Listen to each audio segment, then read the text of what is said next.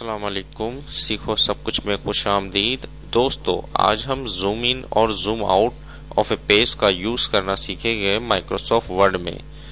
इस वक्त हमारे पास एक डॉक्यूमेंट है जिसमें अगर हम जो कि 120% पर अभी जूम है, अगर हम जूम आउट यानी कि कम करना चाहते हैं इसको, यानी कि इस परसेंटेज को, तो जूम आउट माइनस पर जैसे क्लिक करेंगे तो जूम आउट होता चला जाएगा।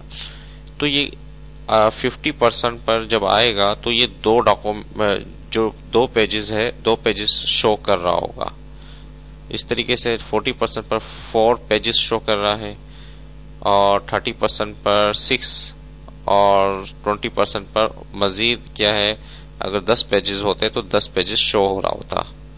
इस तरीके से आप जितना जूम आउट करेंगे वो उतना ही छोटा होता चला जाएगा। इस तरीके से अगर आप जूम इन करना चाह रहे हैं तो जूम इन करते जाए तो वो बड़ा होता जाएगा।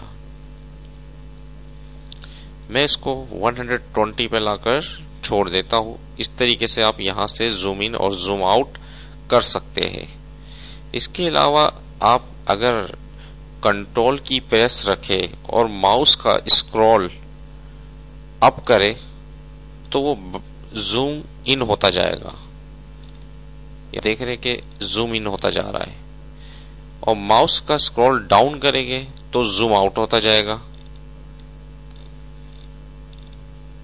देखिए कितनी जल्दी जूम आउट हो गया। माउस कंट्रोल की प्रेस कर माउस के जो स्क्रॉल है उसको अप करें तो जूम इन होता जाएगा। इस तरीके से आप इसको देख भी सकते हैं कि कितना जूम अप कर सकते हैं।